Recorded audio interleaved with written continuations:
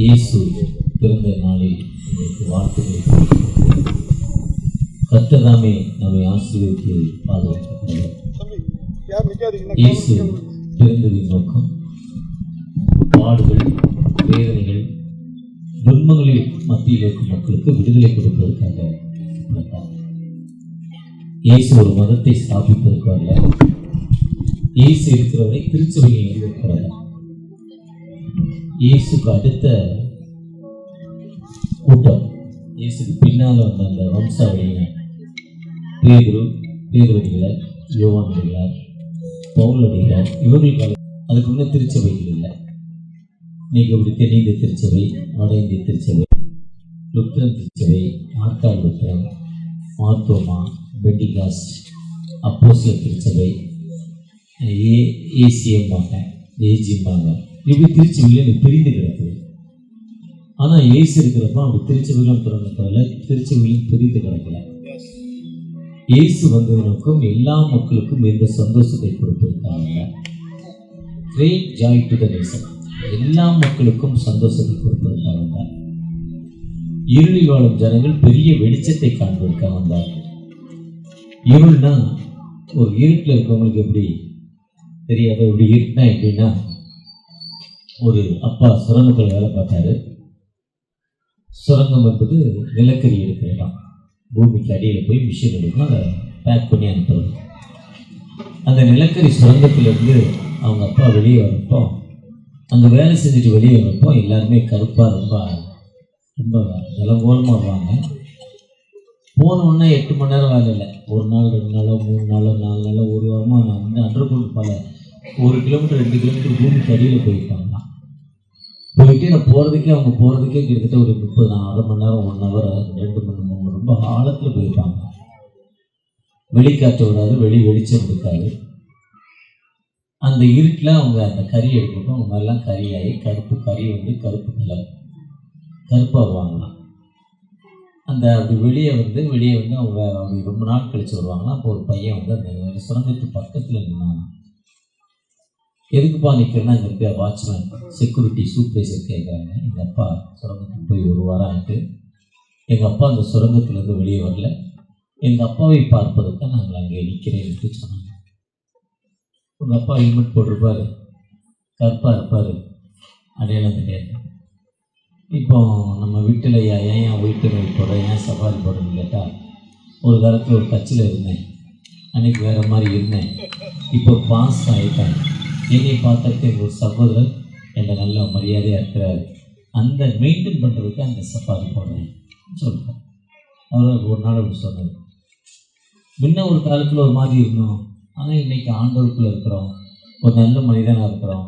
இந்த தெருவில் இருக்கிற மக்கள் பார்த்து ஒரு மரியாதை இருக்கும். மாஸ்டர் வர்றாருன்னு உட்கார்ந்துருக்கிறாள், இருந்து தோற்றம் சொல்கிறாங்க, நானும் அதுக்கு தகுந்த மாதிரி மாறிக்கொள்ள வேண்டும் என்று அவர் சொல்கிறார். அந்த அடையாளப்படுத்துகிறார். முன்ன இருந்த அடையாளம் வேறு. அவரை ஒரு 40 வருஷத்துக்கு முன்னால் பார்த்தவங்களுக்கு தெரியும் என்ன அடையாளத்தில் இருந்தாருன்னு. யாருக்கா தெரியுமா? எனக்கு தெரியல. நீங்கள் பார்த்துருக்கீங்களா? நீங்கள் இல்லை. அவங்க தங்கச்சியார் நல்லா டான்ஸ் ஆனாங்க. வரமா அடையாளப்படுத்தி கொள்வதற்காக அப்படியே அந்த தம்பிகிட்ட கேட்டாங்க, எப்படா அவங்க அப்பா தெரியும், எல்லோரும் ஒரே மாதிரி ஹெல்மெட் போட்டுருக்காங்க, கருப்பாக இருப்பாங்க, அடையாளமே தெரியாது. அவன் சொன்னான்னா, எனக்கு அடையாளம் தெரியாது, எங்கள் அப்பாவுக்கு என்ன அடையாளம் தெரியல. வெளியில் சுரங்கத்திலேருந்து வரப்போ என் பிள்ளை நிற்கிறதுன்னு அவங்களுக்கு தெரியாதா? தெரியுமில்ல, அடையாளப்படுத்திக் கொள்வார்ல. அதுதான் அடையாளப்படுத்திக் கொள்வதற்காக தான் இயேசு கிறிஸ்து உலகத்துக்கு. இயேசு கிறிஸ்து உலகத்துக்கு வந்த நோக்கமே, எந்த மக்கள் இருளான வாழ்ந்திருக்காங்களோ அந்த காலத்திலும் மரணத்தில் இருக்கும் மக்களுக்கு விடுதலை கொடுக்கணும், நம்முடைய கால்களை சமாதானத்தில் நடத்தும். அவ்விரக்கத்தினால அந்த அருணோதயம் நம்மை சந்தித்திருக்கிறது. லூக்கா 1:78-79 சொல்லலாம். அந்த அருணோதயம் என்பது விடியல். விடியல் என்பது இப்போ இந்த லைட்டெல்லாம் ஆஃப் பண்ணிட்டா, இப்போ இந்த வீடியோ ஆஃபீஸுக்கு பின்னால் போனால் இருட்டு, ஒருத்தர் முகம் ஒருத்தருக்கு தெரியாது. ஆனால் அதே நேரத்தில் காலையில் 6 மணிக்கு மேலே போனால் எல்லார் முகமும் தெரியும்.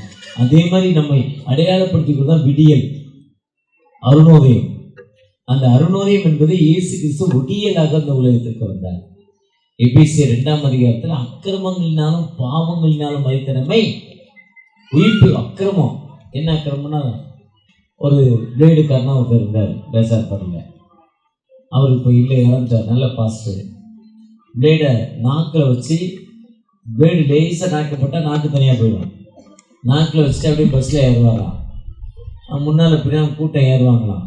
அந்த ஸ்பீட் பிரேக் வரப்போ ஏறி இறங்குவாங்க. ஆட்டோமேட்டிக்காக பஸ்ஸு ஸ்லோவாகும். அந்த நாக்கில் வச்சுருக்க பிளேட்டை நாக்காலே அப்படி எடுத்து டக்குன்னு அவங்க வந்து பேக்கில் ஒரு கட்டிங் போட்டு பேக்கில் இருக்க பணத்தை எடுத்துகிட்டு போயிடுவாங்களாம். ஒரு மாதம் சம்பளம் எவ்வளவோ ஒரு 7,000 ரூபா 8,000 ரூபா 15,000 ரூபா மொத்தமாக எடுத்துகிட்டு போயிடுவாங்க. ஒரு கூட்டமாக இருப்பாங்க, கூட்டமாக அவங்க போவாங்க, கூட்டமாக இறங்கிடுவாங்க. ஓரளவுக்கு அந்த வண்டி ஓட்டுற ஆட்களுக்கு தெரியும் ரெகுலராக அவர்களுக்கு பிற்பாக்கிட்டாங்க வந்திருக்காங்கன்னு. ஆனால் மற்றவங்களுக்கு தெரியாது. இவங்க அடிச்சுட்டு வந்து ஒரு நேரம் தண்ணி அடிப்பாங்க. உலக பிரகாரமாக அந்த நல்ல பாவங்கள் அக்கிரமம் இது தான் சாப்பிடுவாங்க. ஆனால் கொஞ்ச நேரத்தில் அவங்க எல்லாத்தையும் தண்ணி அடித்து ஒரு 3 மணி நேரத்தில் யூரின் பாஸ் பண்ணணும். போதை இறங்கிப்போம். இவனுக்கு 3 மணி நேரத்தில் சந்தோஷம் முடிஞ்சு போச்சு. ஆனால் அந்த 1 மாத சம்பளத்தை கொடுத்த அம்மாவுக்கு எவ்வளோ நாள் வேதனை? 31 நாள் வேதனை. இதுதான் அக்கிரமம். இப்படி வாழ்ந்ததால என் வாழ்க்கை அமைதி இல்லைங்க. 3 மணி நேரம் கழிச்சு எனக்கு மீண்டும் ஒரு இருளான வாழ்வுன்னு சொல்கிறேன். பாவம் என்பது பிறரை ஏமாற்றுவது, வஞ்சகம் என்பது மனைவியை ஏமாற்றுவது, பிள்ளைகளை ஏமாற்றுவது, சமூகத்தை ஏமாற்றுவது. பாவம் பண்ண பல வகை. திருடு என்பது ஒருத்தர் பொருளை திருடுறதான் மட்டும் இல்லை, இவர் உட்கார சீட்டை நான் போய் உட்கார்ந்துக்கிறதும் திருடு தான். இப்போ திருடு என்பது பல விடை. இதுதான் அக்கிரமம். இப்படிப்பட்ட வாழ்க்கை வாழ்ந்த நமக்கு உப்பு தின்னா தண்ணி அடித்தா லிவர் கெட்டுப்போம், சிகரெட் பிடிச்சா லங்ஸு கெட்டுப்போம், போதை போட்டால் கஞ்சா சாப்பிட்டா குடும்பத்தில் அமைதி இல்லை, மனைவிக்கும் உனக்கும் உன் பிள்ளைகளுக்கும் நல்ல உறவு இல்லை. நீ போதையில் 3 நாள் அப்படியே அந்த தண்ணி அடித்தவனுக்கு 3 மணி நேரம் யூரின் பாஸ் பண்ணால் தண்ணி அடித்தா போதை தெளிஞ்சிடும். ஆனால் கஞ்சா அடித்தவனுக்கு 3 நாள் போதை தெரியாதான், மிதந்துக்கிட்டே இருப்பாரான். அப்படி வீட்டில் என்ன நடக்குது அவருக்கு ஒரே குறிக்கோள் மோட்டிவ் என்னென்னா மிதக்கணும் அப்படியே காட்டில். அவங்களுக்கு அவ்வளோதான் மோட்டிவ். ஆனால் அவனுக்கு என்ன நடக்குன்னு தெரியாது. இதுதான் அக்கிரமம், அநியாயம். இது என்னென்னா மரணம். இதை யார் செய்யறான்னா அவனுக்கு மரணம். இப்படிப்பட்ட மக்கள் இயேசுவை நோக்கி அவர்கள் அவளுக்கு விடுதலை கொடுப்பதற்காக அதான் சொல்ற. அவருக்குள் ஜீவன் இருந்தது, அந்த ஜீவன் மனுஷருக்கு ஒளியாய் இருந்தது. எந்த மனுஷனை பிரகாசிக்கிற வழியே அந்த மெய்யான வழி. அதுதான் இருளான வழி. இருளில் வாழும் ஜனங்களுக்கு வெளிச்சம். அந்த வெளிச்சத்தை கொடுப்பதுதான் இயேசு கிறிஸ்து உலகத்துக்கு வந்தார். இயேசு உலகத்துக்கு வந்த நோக்கமே வாழ்ந்து கொடுப்பதற்கு. அந்த நிலத்தில் அந்த பையன் வெளியே வந்தோன்னா அப்பான்னு அவனுக்கு தெரியல, ஆனால் மகன் வந்து மகனேன்னு கட்டி பிடிச்சாரு. அதே மாதிரி வானத்தை படைத்த ஆண்டவர் யாருன்னு தெரியாது, ஆனால் அவர் பக்கத்தில் நம்ம பக்கத்தில் இருக்கிறாரு. நமக்கு ஆபத்து கஷ்டங்கள் வேதனைகள் படுற நேரத்தில் சொல்ல பயப்படாது. Do not afraid, I am with you. நான் உன்னோடு இருக்கிறேன். உன் வலது கையை பிடித்து நீ தண்ணீரிலே கிடக்கும் போது ஆறுகளை கிடக்கும் போதோ நான் உன்னோடு இருக்கிறேன். நீ உன்னை விட்டு நான் போகவே இல்லைங்க. எப்பவுமே என்னை விட்டு அவர் போகலை. கிட்டத்தட்ட ஒரு 20 ஆண்டுகளுக்கு முன்னால் இருக்கும். இன்னைக்கு 20-25 ஆண்டுகளுக்கு முன்னால் இருக்கும். இதே மாதிரி ஒரு கிறிஸ்துமஸ் காலம் 22ஆம் தேதி கொடைக்கானலுக்கு மேலே கவுஞ்சிங்கிற ஒரு இடம் இருக்குது. கொடைக்கானல்லேருந்து கிராமம் ஒரு 25 கிலோமீட்டர் 2 மணி நேரம் ட்ராவல். ஏன்னா ஹில்ஸு மேலே போகும், கீழே இறங்க ரோடு மோசமாக இருக்கும். அதில் போயிட்டு இதே மாதிரி ஒரு மழை காலம் நாங்கள் போன வண்டி டெம்போ ட்ராவலர் பிரேக் ஃபெயிலியர் ஆகிடுச்சு. வண்டி ரிவர்ஸில் போகுது. வண்டி ரிவர்ஸில் போனால் அந்த பக்கம் ஃபால்ஸ் மாதிரி தண்ணி விழுது. 200 அடி உயரத்துக்கு விழுது. இந்த பில்டிங் மேலே அதுக்கு மேலே ஹைட்லேருந்து தண்ணி விழுது. 20-30 அடி உயரத்துக்கு பெரிய படம். அதில் உள்ள போகிறோம். வண்டியில் 5 பேர் இருக்கும். வண்டி பிரேக் நிற்கலாம். கிறிஸ்மஸ் 2 நாள் கழிச்சு பண்டிகை. நினச்சேன் நம்மளை கூடையெல்லாம் அள்ளிட்டு போவாங்கன்னு நினச்சேன். ஆனால் ஆண்டோடைய கிருபை பாருங்க. அவர் சொல்கிறாரு, என்னோட வலதுகிற உன்னை தாங்குகிறது. ரட்சிப்பின் கேடகம்னு சொல்கிறார். சால்வேஷன் ஷீல்டுங்கிற சங்கீதம் 18:30 சால்வேஷன் கேடகம் ஷீல்டுங்கிறார். அப்படிப்பட்ட ஆண்டவர் நம்மோடு கடந்து வந்திருக்கிறார். அவர் ஒரு காலம் நமக்கு வாழ்வு கொடுப்பதற்காக, நமக்கு விடுதலை கொடுப்பதற்காக இந்த உலகத்திற்கு வந்தார். அவரை நோக்கி பார்த்த முகங்கள் ஒரு காலம் வைக்கப்பட்டு போனதில்லை. புதுகலம் கொண்டாட்டமே என் இயேசுவின் சன்னிதானத்தில்,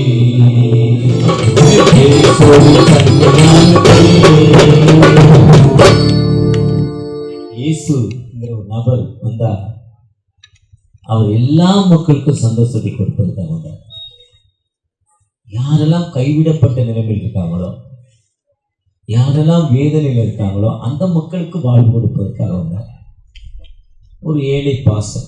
ஏழை பாஸ்டர் மீன்ஸ் நம்ம ஆண்ட்ரையா மாதிரி, இல்லைன்னா விட்டலையா மாதிரி, இல்லை ஏசுதாஸ் மாதிரி, அப்புறம் இல்லைன்னா நிறைய பாஸ்டர் இருக்காங்க, மைக்கேல் ராஜன் மாதிரி, அப்புறம் அந்த அவர் திருவாரூர் இருக்காரு டேவிட் கார்த்திக் மாதிரி, இப்படி ஏதோ ஒரு பாஸ்டர், ஏழை பாஸ்டர், ஏழை வீடு. டேவிட் கார்த்திக் பார்க்குறப்ப, ஐயா ஓலை வீட்டில் இருக்கிற ஐயா, வாடகை கொடுக்க முடியலையா, தண்ணி ஒழுகுதியா, ஏதாவது பண்ணியா, ஒரு பார்த்தோன்னே ஒரு பாட்டு பாடுவார், ஏதாவது பண்ணு, ஏழை வீட்டில் இருக்கேன், ஓலை வீட்டில் இருக்கேன், தண்ணிலாம் வருதியா அப்படின்னு சொல்கிறார். அவர் கஷ்டத்தை சொல்கிறார். ஓகே. அதே மாதிரி ஒரு வீட்டில் ஒருத்தர் டேவிட் கார்த்திக் மாதிரி வச்சுக்கலாம். அவர் தான் அந்த வீட்டுக்கு அந்த சரியான ஆள். அவர் டேவிட் கார்த்திக் வந்து திருவாரூர்னா கலைஞர் கருணாநிதி ஊர், கோவளை பக்கத்தில் ஊர், அது ஞாபகம் வச்சுக்கோங்க.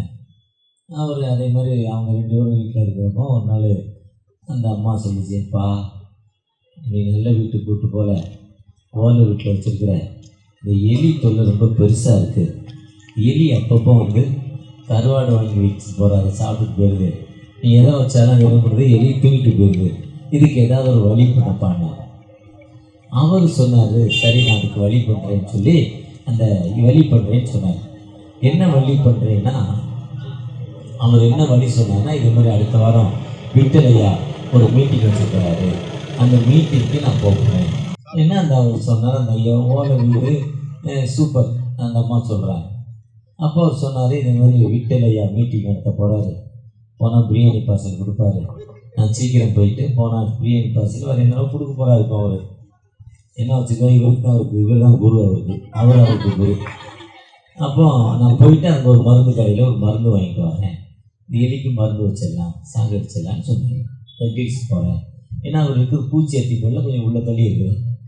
இது பெரிய பஜார், நான் வாங்கிக்கிறேன்னாரு. வந்தார், மருந்து வாங்கிட்டு போனார்.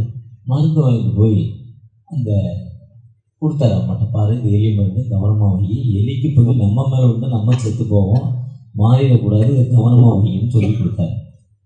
அந்த அம்மா வாங்கி அந்த ஓலை எங்கள் வீட்டில் இருந்த ஓலை இருந்து ஓலைக்கு அந்த ஓலைக்கும் கம்புக்கும் இடையில சொருவி வைப்போம். அப்படி அந்த அம்மா சொருவி வச்சிச்சு, கவனமாக சொருவி வச்சிச்சு. இதை பார்த்த எலி ரொம்ப அழுதுச்சு. என்ன அழுதுச்சுன்னா, என்னப்பா என்னை சாகடிக்கிறதுக்கு மருந்து வந்துட்டேன்னா அந்த ரொம்ப அழுதுச்சு. அழுதுட்டு வீட்டு பக்கத்தில் கோழி மேய்ஞ்சிக்கிட்டு அந்த ஹவுஸ் ஓனர் கோழி வளர்த்தார், சேவல் வளர்த்தார். அந்த சேவல்கிட்ட போய், ஐயா சேவலாரே, உன் எஜமான் என்ன அட்டுழியம் பண்ணுறான் பார்த்தியா, என்னையை சாகடிக்கிறதுக்கு மருந்து வாங்கியாந்து வச்சுட்டான் என்னன்னு அதை போய் ரிப்போர்ட் பண்ணிச்சு. சேவல் சொல்லிச்சு, நான் என்னப்பா பண்ண முடியும், அது உன் பாடு, எஜமான் பாடு, எனக்கு தெரியாதுன்னு சேவல் சொல்லிச்சு. வீட்டு பக்கத்தில் நினச்சிக்கிட்டு இருந்த அந்த சேவல். இந்த எலி மீண்டும் தனக்கு உதவி செய்ய யாருமே இல்லை. திரும்பவும் கொஞ்சம் தூரம் கடந்து போச்சு. கொஞ்சம் தூரம் கடந்து போனோன்னே அந்த அங்கே ஒரு ஆடு மேய்ஞ்சிக்கிட்டு இருந்தது. அது அந்த ஓனர் வளர்த்த ஆடு தான், செம்பரியா வெள்ளாடு, சூப்பர் கடா, பிரியாணிக்கு ரொம்ப சூப்பராக இருக்கும் அந்த ஆடு. அந்த பிரியாணி சாப்பிட்டா அவர் இருந்த பிரியாணியுமே எடுபடும், அவ்வளோ டேஸ்ட்டாக இருக்கும். வெள்ளாட்டு கடா பிரியாணி, செம்பரியாட்டு கடா பிரியாணி விட வெள்ளாட்டு கடா பிரியாணி ரொம்ப நல்லா இருக்கும். அது விவரம் பண்ணவங்களுக்கு நல்லா புரியும். அந்த கடாட்டை போய் சொல்லிச்சு, அப்பா உங்கள் ஓனர் பார்த்தியா எனக்கு ஒரு மருந்து வச்சுருக்கான், என்ன நியாயம், நீ சொல்லக்கூடாதா, நானும் ஒரு சின்ன உயிரினம் தானேன்னு சொல்லிச்சு. அந்த ஆடு சொல்லிச்சு, எனக்கு என்ன தெரியும், நீங்கள் ஓனர் பாடு ஓன் பாடு, நீ போய் வேலை பாரு, அதனால ஒரு இருக்கேன், நீ போய் பாருன்னு சொல்லி திரும்பவும் அது காப்பாற்ற வழியில் கொஞ்சம் தூரம் கடந்து போச்சு. அந்த பக்கம் கடந்து போனால் ஒரு மாடு கண்ணுக்குட்டியும் மேய்ச்சி கொண்டுது. அதுவும் அந்த கண்ணுக்குட்டியும் அவர் தான் வளர்க்குறாரு. அந்த கண்ணுக்குட்டிகிட்ட போய் சொல்லிச்சு. அந்த கண்ணுக்குட்டி சொல்லிச்சு, அது எனக்கு என்னப்பா தெரியும், அது ஓன் பாடு அவர் பாடுன்னு அது சொல்லிச்சு. எலி தன்னை பார்ப்பதற்கு என்ன செய்வதுன்னே தெரியல. அப்போதான் அது பார்த்துச்சு, நம்ம கோழியை பார்த்தோம், அந்த எஜமான் நம்மளை, சரி நம்ம செஞ்சது தப்பு தான், அதே நேரத்தில் நம்மளை சாகடிக்க முற்படுறாரு, இது என்ன நியாயம். அந்த சேவல்கிட்ட போய் சொன்னால் சேவல் எனக்கு தெரியாதுங்கிறது, ஆடுகிட்ட பார்த்தா எனக்கு தெரியாதுங்கிறது, இந்த கண்ணுக்குட்டியை பார்த்தா எனக்கு தெரியாதுங்கிறது, என்ன செய்வதுன்னு எனக்கு தெரியல. அப்போ அந்த உலகத்தில் எனக்கு யாராவது உதவி செய்வாங்களான்னு தனக்கு ஒரு ஆசை விருப்பவர்களுக்கு நேராக என் கண்களை ஏறெடுக்கிறேன் என்று வானத்தை பூமி உண்டாக்கிற கத்திரத்துங்கிற பொட்டாசை ஒன்று தன் கண்களை நோக்கி வானத்தை நோக்கி பார்த்துச்சு. சங்கீதம் 125 சொல்லுது, என் கர்த்தராகிய கண்களை எனக்கு பாதுகாப்பாக சொல்ல வார்த்தைப்படி உனக்கு உதவி வரும் கண்களை நோக்கி பார்க்கிறேன் வார்த்தைப்படி அது தனக்கு மேலே நோக்கி பார்த்துச்சு. மேலே நோக்கி பார்த்துட்டு கண்ணீரோடு என்ன செய்யுங்க ஆண்டோட்ட காரியத்தை ஒப்பு கொடுத்துட்டு அந்த எலி தன்னுடைய அந்த மறைவிடமாகிய அந்த உறைவிடமாகிய அந்த பழத்துக்கு போயிடுச்சு. காலையில் என்ன அற்புதம்னா, ராத்திரி அந்த அம்மா பால் காய்ச்சாங்க பார்த்தீங்களா, பால் காய்க்கிறப்போ அந்த கரண்டி மேலே பட்டு அந்த எலி மருந்து பாலுக்குள்ள விழுந்துச்சு. இந்த அம்மாவுக்கு தெரியாது. முதல்ல எடுத்து கணவருக்கு கொடுத்துட்டு 2வது குடிக்கணும்னா எலி மருந்து விழுந்துச்சு. இந்த அம்மாவுக்கு தெரியல. இந்த அம்மா குடிச்சிருச்சு. குடிச்சோன்னே எலி மருந்து குடிச்சோன்னா இந்த அம்மா ஒரு மாதிரி அந்த என்னென்ன தகராறு பண்ணவும் பண்ணிச்சு.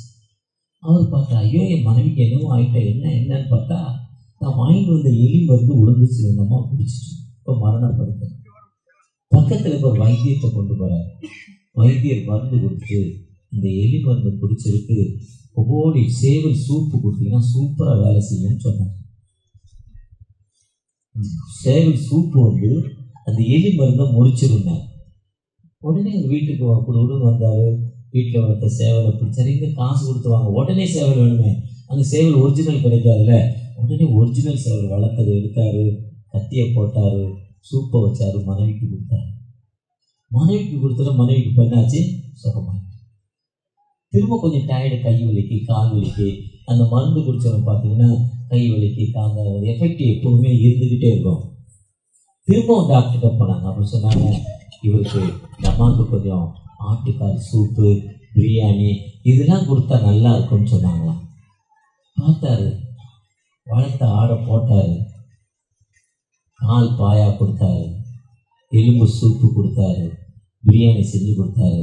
அந்த அம்மா ருசியாக வந்துருச்சு, சூப்பராக வந்துருச்சு. சூப்பராக இருந்ததுன்னா அவருக்கு நன்றி சொல்லணும். நம்ம கடவுளுக்கு ஆண்டவர் என்ன பண்ணார், வாழ்வு இப்போ நன்றி மீட்டிங். அதுக்கு தான் ஆட்டம் பாட்டம். அந்த பாப்பா சூப்பராக இருந்தாங்க, காப்பி கொடுத்தா பாப்பா. அவளால் கண்ட்ரோலே பண்ண முடியல. டான்ஸை ரொம்ப கண்ட்ரோல் பண்ணி தான் பார்க்குறான்னு நிற்க முடியல அவளால். அவருக்கு இப்படி ஒரு சந்தோஷம் வந்துச்சு. 6-8 அடித்தோடனே அந்த ஒரு ஆட்டம் வந்து பாருங்க, அவனுக்கு சந்தோஷம் வந்தோடனே ஆண்டு மாதிரி பாசிட்டு போனார். என் மனைவி எலி மருந்து சாப்பிட்டாங்க, எலி மருந்து சாப்பிட்டதில் பலவீனப்பட்டாங்க. டாக்டர் சொன்னார் கோழி சூப்பு கொடுங்கன்னாரு, ஆட்டு சூப்பு கொடுங்கன்னாரு. கொடுத்தா நல்லா ஆயிட்டு. அதனால தேங்க்ஸ் கிவிங் மீட்டிங் வைக்கலாம் வச்சிருப்பான்னாரு. இவருக்கு பீஃப் கறி ரொம்ப பிடிக்கும், பீஃப் பிரியாணி கொடுக்குறாங்க. இப்போ கண்ணுக்குட்டி விட்டாரு. யோவான் 3:14 சொல்றாரு, தம்முடைய ஒரே பேரான குமாரனை விசுவாசிக்கிறவனும் அவன் கெட்டு போகாமல் நித்திய ஜீவனை அடையும்படி தங்கள் இவ்வளவாய் அன்பு கூர்ந்தார். எவ்வளவு அன்பு, இவ்வளவாய், இவ்வளவுதானா? போய்கிட்டே இருக்குது அது நான் ஸ்டாப். ஏன்னா 1 யோவான் 4:8 சொல்றப்போ தேவன் அன்பாகவே இருக்கிறார். கடவுளுடைய அன்புக்கு குறையில்லை. எப்பெல்லாம் நாம் வேதனை மத்தியில, துன்பங்கள் மத்தியில ஆண்டவரை நோக்கி பார்க்கிறோமோ அதுக்கு தான் அவர் மனுஷனை தன்னுடைய குமாரனை உலகத்துக்கு அனுப்புறார். தன்னுடைய குமாரனை உலகத்துக்கு அனுப்புறவருக்கு ஒரு மதத்தை ஸ்தாபிப்பதற்கல்ல, உங்களுடைய ஜாதியை விட்டு நீங்க வெளியே வர்றதுக்கு இல்லை, உங்களுடைய மொழியை விட்டு வெளியே வர்றதுக்கு இல்லை, உங்களுடைய பாரம்பரிய பழக்கத்தை விட்டு வெளியே வர்றதுக்கு இல்லை. எப்பெல்லாம் உங்களுக்கு துன்பமோ வேதனையோ கண்ணீராத வாழ்வோ அந்த வேதனையின் மத்தியில தகப்பனே எனக்கு வாழ்வு வருதுன்னு கேட்கணும். கேட்கிறப்ப அவர் சொல்றாரு, இவனை சிந்திச்சு பாருங்க. எதுக்கு ஒரு கேன்சர், எதுக்கு ஒரு ஸ்டமக், எதுக்கு ஒரு கடன் பிரச்சனை, எதுக்கு ஒரு வாழ்க்கையில தூக்கம் வரல, எதுக்கு அமைதி இல்லை, எதுக்கு பிறரை அடிக்கணும்னு நினைக்கிறேன், பிறரை வெட்டணும்னு நினைக்கிறேன், அவன் ஏன் என்னை கொல்லணும்னு நினைச்சு நீ ஏன் பயந்து ஓடிக்கிட்டு இருக்க? தன்னை நினைக்கணும். தன்னை நினைத்து செயல்படுறப்போ தன் பாவங்களை மறைக்கிறவன் வாழ்வடை மாட்டான், அறிக்கை செய்து விட்டு விடுகிறவனோ இரக்கம் பெறுவான். சொல்ல, வருத்தப்பட்டு பாரம் சுமக்கிறவர்களே நீங்கள் எல்லோரும் நான் உங்களுக்கு இளைப்பாறுதல் தருவேன். யாருக்கெல்லாம் வருத்தம் என்பது வேதனை, வேதனை என்பது வருத்தம், அந்த வருத்தம் தான் வேதனை, அதுதான் பாரம். அந்த வேதனை மத்தியில எதற்கு ஏன் வேதனை? ஆண்டவரை நோக்கி பார்க்கிறப்போ ஆண்டவர் விடுதலை கொடுப்பதற்காகவே இந்த உலகத்துக்கு வந்தார். அந்த ஆண்டவற்றை விடுதலை பெறுவதற்கு ஒரு 250 கிலோமீட்டர் நடந்து போன அவசியம் இல்லை. ஒரு விதமான கலர் துணி கட்டிட்டு இருக்க அவசியம் இல்லை.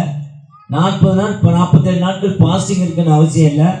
இல்லை ஒருத்தர் நான் நல்லா கருவாடு சாப்பிடுவார், என் கூட இருக்கிற ஒருத்தர் பிரியாணினா சூப்பராக சாப்பிடுவார். நேற்று பிரியாணி, முந்தா நாள் கம்பலில் பிரியாணி கொடுத்தோம் எல்லாத்துக்கும்.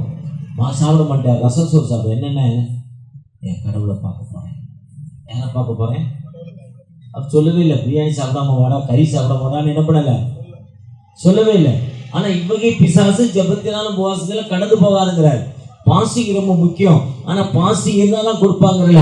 மனம் திரும்பி ஆண்டவரை நோக்கி பார்க்கிறப்போ அந்த ஆண்டவர் எல்லாருக்கும் விடுதலை கொடுக்கும் ஆண்டவர். அதான் எல்லா மக்களுக்கும் மிகுந்த சந்தோஷத்தை கொடுக்கும் நற்செய்தியா இருக்கிறேன். இந்த கர்த்தராகிய கிறிஸ்து ரட்சகர் உங்களுக்கு தாவீதூரிலே பிறந்தார். அவர் பிறந்ததின் நோக்கமே இப்போ விட்டலையா பாருங்க கொண்டாட்டம். 19ஆம் ஆண்டு நலத்திட்ட விழா. 2-3 நல்ல திட்டத்துக்கு வந்திருக்கிற வருஷத்துக்கு ஏதாவது ஒருத்தர் கூப்பிடுவார். அவருக்கு யார் ஜெபம் பண்ணுவார், யார் ஆவியானவர் சொல்றாரோ அவரை கூப்பிடுவார். ஒரு அரிசி கொடுப்பாரு, ஒரு புடவை கொடுப்பாரு, இல்லைன்னா ஒரு 2 காய்கறி கொடுப்பாரு, ஏதோ ஒன்று கொடுக்குறாரு. அரிசி எத்தனை நாள் வரும், புடவை எத்தனை நாள் வரும், இது நமக்கு என்ன பண்ணாது, சந்தோஷம். ஆனா அந்த ஆண்டவர் எனக்குள்ள வர்றப்போ நிரந்தர சந்தோஷம். அந்த ஆண்டவர் எனக்குள்ள வர்றப்போ நிரந்தர சந்தோஷம். நான் கொடுக்குற, நீங்க கொடுக்குற பொருள் முக்கியம் இல்லை. ஆண்டவர் தான் அமைதியை கொடுப்பதற்காக வந்தார். அந்த ஆண்டவர் வந்து தான் நம்ம என்ன பண்ணணும். இன்னைக்கு பார்த்தீங்கன்னா இன்னைக்கு 65 வயசு. நான் 54 வருஷத்துக்கு முன்னால, 50 வருஷத்துக்கு முன்னால கிறிஸ்துமஸ்க்கு ஒரு புது ட்ரெஸ் கேட்பேன். எங்கள் அண்ணன் சொல்லுவார், எங்கள் அம்மாட்ட கேட்பேன், எங்கள் அம்மா அண்ணன் சொல்லுவாங்க. அண்ணன் சொல்லுவார், நமக்கு இப்போ இல்லைப்பா தம்பி, இப்போ இல்லைடே. ஆனால் பாரு, ஒரு காலத்தில் நிறைய ட்ரெஸ் இருக்குப்பா மட்டும்பா, ஒரு தீர்க்க தரிசனமா. நான் சொல்லுவேன், இப்போவே இல்லை, என்னையா ஒரு காலத்தை சொல்கிறேன். இன்னைக்கு ஒரு சட்டைக்கு வழி இல்லை, என்னையா காலத்தை சொல்கிறேன். 10-12 வயசுல நினைப்பேன். ஆனால் இன்னைக்கு புது ட்ரெஸ்ஸு. இன்னைக்கு ஒரு கடைசி 5வது மீட்டிங் எஸ்எல் போகும்போது ஒரு சர்ச்சுக்குள்ளே போனேன். அங்கே போனோன்னா கொஞ்சம் மன வருத்தம் எனக்கு. ஆனால் அதை முடிச்சுட்டு நான் போனோன்னா அந்த பாப்பா எல்லாத்தையும் மறந்துச்சு. என் மைக்கை முடிச்சுட்டு எல்லாத்தையும் ஆஃப் பண்ணிட்டேன். பெரிய பெரிய தலைவர்களெல்லாம் கூப்பிட்டுருக்கேன் அந்த பாப்பா. நான் எதிர்பார்க்கல, நான் போவேன்னே. போனோடனே அந்த மைக்கு கையா வாங்கன்னு அது உட்காரவே இல்லை. ஒரு மாதிரி ஆயிடுச்சு. நானும் ஒரு 5 மினிட்ஸில் 7 மினிட்ஸில் இந்த ப்ரோக்ராம் அங்கே முடிச்சுட்டு அதுக்கு மேலே பேச விரும்பலை. நிறைய ஊழியக்காரங்க வந்திருக்காங்க. அந்த டிஸ்டர்பன்ஸாக இருந்ததுன்னு வெளியே வந்துட்டேன். நிறைய கூட்டம். வெளியே வந்தோடனே ஒரு ஏழை தம்பி, அவன் பொண்ணு வந்து கத்தி சட்டையில் நேஷனல் லெவலில் ஏழை, இருக்க வீடு இல்லை, சாப்பிட உணவு இல்லை, நல்ல விளையாட்டு போடுற பொண்ணு. அந்த பொண்ணு கொடுத்துரும் ஒரு சட்டையை கொண்டாந்து கொடுக்குறான். என் கண்களில் கண்ணீர் வந்துருச்சு. அவனுக்கே உணவு இல்லையா, எனக்கு ஒரு புது சட்டை எடுத்து கொடுக்குறானே ஆண்டவரேன்னு. காலையிலேருந்து பழைய ட்ரெஸ் போட்டிருந்தேன். வீட்டுக்கு போனோன்னு அந்த அங்கேயெல்லாம் ஊற்றி போட்டு அந்த சட்டையை போட்டுக்கிட்டேன். 10 பேர்கிட்ட சொன்னேன், அந்த சட்டையோட மதிப்பு எவ்வளோ இல்லை, அது என்ன சட்டைங்கிறது இல்லை. ஆனால் ஒரு ஏழை பிள்ளை எனக்கு 2 வருஷம் புது சட்டை கொடுத்துருந்தேன். ஒரு காலத்தில் எனக்கு சட்டையே இல்லாமல் எனக்கு வாங்கி கொடுத்தீங்கன்னு ஆண்டவருக்கு நன்றி சொன்னேன். அதுதான் கடவுள். அவரை நம்ம எப்போ அன்பு கூடுறோமோ அப்போ நமக்கு விடுதலை கொடுக்க மாட்டோம். அதான் தம்முடைய ஒரே பேரான குமாரனை விசுவாசிக்கிறவங்க. இன்னைக்கு திருச்சபை தலைவர்கள் வந்திருக்காங்க, கட்சியின் தலைவர்கள் வந்திருக்காங்க. ஒரு கார் வர வர அவர் கால் நிற்க மாட்டேங்குது. விட்டலையா, ஐயா வாங்க, ஐயா வாங்க. யாருக்கு என்ன பண்ணுறதுன்னே தெரியல. எல்லாத்தையும் கூப்பிட்டாரு. எவ்வளோ ஏழை மக்கள் வந்திருக்கலாம். ஆனால் ஏழை சிரிப்பில் இறைவனை காண்பன்னு சொல்கிற ஆண்டவர் இந்த ஏழைக்கு இறைவன் கர்த்தருக்கு கடன் கொடுக்கிறார் என்று ஒரு நல்ல திட்டத்திற்கு அவருக்கு இருக்கிற வறுமையில் கொடுக்குறாரு. அந்த வறுமையில் கொடுத்தாலும் அது நமக்கு நிறைவு தந்தாலும் முழுமையான நிறைவை உங்களுக்கு வானத்தை பூமி படைத்த ஆண்டவர் கொடுக்க வல்லவராயிருக்கிறார். நீங்க அவரை நோக்கி இந்த நேரத்தில் பார்க்கிறப்போ நிச்சயமாக ஒரு விடுதலை கொடுக்க மாட்டார், நிச்சயமாக ஒரு வாழ்வு கொடுக்க மாட்டார். நீங்க யாரா இருக்கலாம், ஏதோ அவரை தெரியணும் வந்திருக்கலாம், இந்த மீட்டிங் தூரமா இருந்து கேட்டுக்கொண்டிருக்கலாம், இல்லை பக்கத்து வீட்டில் ஒருத்தர் வீட்டிற்கு எங்கேயோ இருந்து பணம் வருதுப்பா, மாதம் இத்தனை லைட்டு போட்டு உள்ள கிராண்டாக பண்ணிட்டு இருக்கிறான்னு நினச்சிக்கிட்டு இருக்கலாம். எங்கேருந்து பணம் இல்லைங்க, எங்களை உருவாக்கிற தகப்பா அவர் சொல்றாரு, நான் சொல்ல ஆகும் கட்டையில நிற்கும். நீ அவர் மாதிரி விசுவாசி வாழ்க்கையில முன்னேறுவ, நீ அவர் மாதிரி விசுவாசி வாழ்க்கையில முன்னேறிடுவ. நீ வாழ்க்கையில நீ ஜீவனுள்ள தகப்பனை நோக்கிப்பார். அந்த ஆண்டவர் உங்களுக்கு விடுதலை கொடுக்க ஆயத்தமுள்ளவராக இருக்கிறார். எந்த மனிதன் மனம் திரும்பி பார்க்கிறாயோ, வேதனையோடு வந்திருக்கிறப்போ அவர் அடையாளம் கொண்டு உன்னோடு வந்து நிற்கிறான். சுரங்கத்திலிருந்து அந்த அழுக்கு டேடி வெளியே வர்றாரு, ஆனா தப்பிள்ள வருத்தத்தோடு தன்னை பார்க்க நிற்கிறப்போ என் மகன் நிற்கிறானேன்னு அவனை நோக்கி பார்த்து என் மகனே நினைச்சுக்க. அந்த ஆண்டவர் உங்களுக்கு வாழ்வு கொடுக்க ஆயத்தமுள்ளவராக இருக்கிறார்.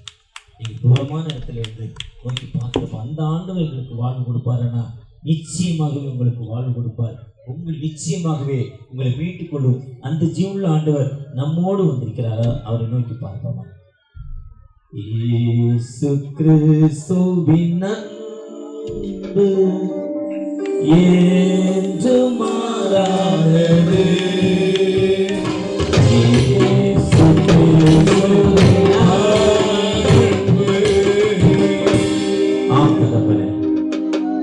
உம்மை நோக்கி குடியினால நான் நல்லவன்னு என்னைய சொல்றாங்க, ஆனா எனக்குள்ள இருக்கிற அந்த குடி பழக்கத்தினால என் குடும்பத்துல அமைதி இல்லை, என் மனதளவுல அமைதி இல்லை. நான் குடிக்கலாம் நல்லவனா இருக்கிறேன், குடிச்சதில் இந்த சமூகம் என்னை ஒரு மாதிரி பார்த்துருப்பாங்க. எனக்கு அந்த குடிப்பழக்கத்திலிருந்து விடுதலை கிடைக்காதா? ஏக்கத்தோடு ஒரு சகோதரன் ஜெபித்துக் கொண்டிருக்காங்க. தூரமான இடத்துல இருந்து எனக்கு வேண்டாம், எனக்கு அது வேண்டாம் நினைக்கிறாங்க. ஆனால் அந்த டைமிங் காலை 12 மணி வந்தோன்னே அங்கே ஓடிடுறேன்ப்பா, காசு இருக்கோ இல்லையோ ஓடிடுறேன். எனக்கு அதை வேதனை விடுதலை வேணும். ஏக்கத்தோடு ஜெபிக்கிற அந்த அன்பு சகோதரனுக்காக பயப்படாதே, திகையாதே, நான் உன் தேவன், நான் உன்னோடு இருக்கிறேன் என்று வாக்கு கொடுத்த அந்த மகனுக்கு ஒரு விடுதலைப்பா. அடுத்த ஆண்டு இந்த இடத்துல நடக்கிற இந்த கூட்டத்தில் அடுத்த ஆண்டுல அடுத்த கூட்டத்தில் அவர் ஏறி மேடையில் ஏறி சாட்சி சொல்லணும்ப்பா.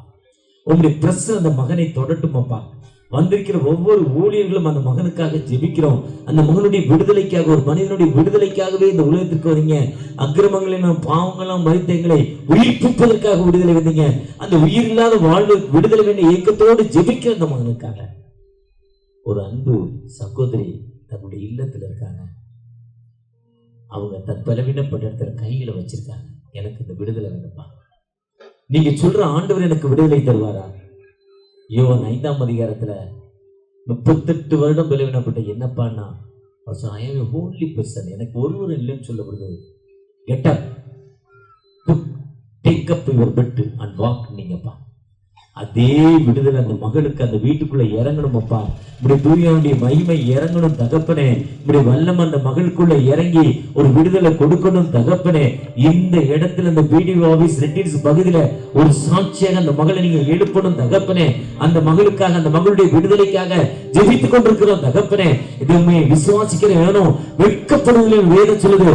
do not shame சொல்றீங்கப்பா. உண்மை விசுவாசித்து ஜெபிக்கிற அந்த மகளுக்கு ஒரு விடுதலை தகப்பனே. ஒரு நலத்திட்ட கூட்டமா இருந்தாலும் இது ஒரு ஹீலிங் கூட்டமா மாத்தி கொண்டிருக்கீங்கப்பா. ஒரு சுகமளிக்கும் கூட்டமா மாத்தி கொண்டிருக்கீங்க. நலத்திட்டம் 2 நாட்கள் 3 நாட்கள் 1 மாதம் 1 வருஷம் தகப்பனே. ஆனா ஹீலிங் வாழ்க்கையெல்லாம் சாட்சி. அந்த சாட்சியான வாழ்வு இந்த பகுதியில இறங்கணும் தகப்பனே. ஒரு வாழ்வு மகன் உலக பிரகாரமான கஞ்சா பழக்கத்துல ஈடுபட்டு கொண்டிருக்காங்க, அபின்ல ஈடுபட்டு கொண்டிருக்காங்க. அதுல இருந்து எனக்கு விடுதலை இல்லை. நான் நிச்சயமா எங்க அப்பா நல்ல மனிதர், எங்க அம்மா நல்ல மனிதர், நான் கெட்டுட்டேன், எனக்கு விடுதலை வேணும்னு ஏக்கத்தோடு ஜெபிக்கிற அந்த வாலிபனுக்காக ஜெபிக்கிறோம் தகப்பனே. வாலிபனே, உன் இளமையில் சந்தோஷப்பட்டு சொல்றீங்க, அந்த மகனுடைய விடுதலைக்காக ஜெபிக்கிறோம் தகப்பனே. மனமரங்கப்பா, மனமரங்க. ஒரு அன்பு மகள், அப்பா ரொம்ப கஷ்டப்பட்டு படிக்க வைக்கிறாங்க. ஆனா உலக பிரகாரமா பஸ்ல போறப்ப மாட்டி ஒரு பையன் மாட்டிட்டான். அவன் அவளை அலக்கழிச்சு கொண்டிருக்கான். அந்த மகளுடைய விடுதலைக்காக ஏக்கத்தோடு அந்த மகள் ஜெபித்து கொண்டிருக்க, யார்கிட்ட சொல்ல முடியாத நிலைமைன்னு அந்த மகள் ஜெபித்து கொண்டிருக்காங்க. ஆனா நீங்க வானத்தை பூமி படைத்த தகப்பன் அல்லவா, சர்மையில் உள்ளவரல்லா, மைட்டி காட் அல்லவா, ஒரு விசை கூட ஒரு விடுதலைப்பா, அந்த மகளுக்கு ஒரு விடுதலை. இறங்குங்கப்பா, உங்களுடைய கிருபை இந்த மகளோடு இறங்கட்டும். என்ன நோக்கத்தோடு இந்த கூட்டங்கள் ஆரம்பிக்கப்பட்டதோ அந்த கூட்டங்கள் நடத்தப்பட நீங்க கிருபை செய்யப்பா. நீங்க உங்களுடைய கிருபை எங்களோடு வரட்டும் தகப்பனே.